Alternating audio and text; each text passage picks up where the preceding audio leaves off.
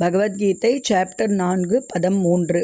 ச ஏவாயம் மயாதேத்ய யோகः ப்ரோக்தः புராதனः பக்தோசி மே சகாசேதி ரகஸ்யம் ஹேதத் உத்தமம்.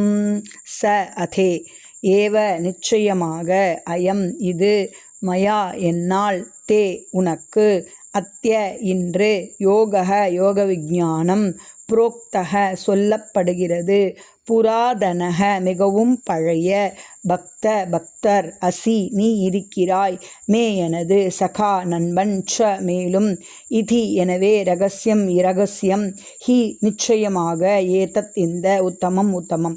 பரமனுடன் உறவு கொள்வதை பற்றிய அதே பழம்பெரும் விஞ்ஞானத்தை நான் இன்று உனக்கு எடுத்துரைத்துள்ளேன்.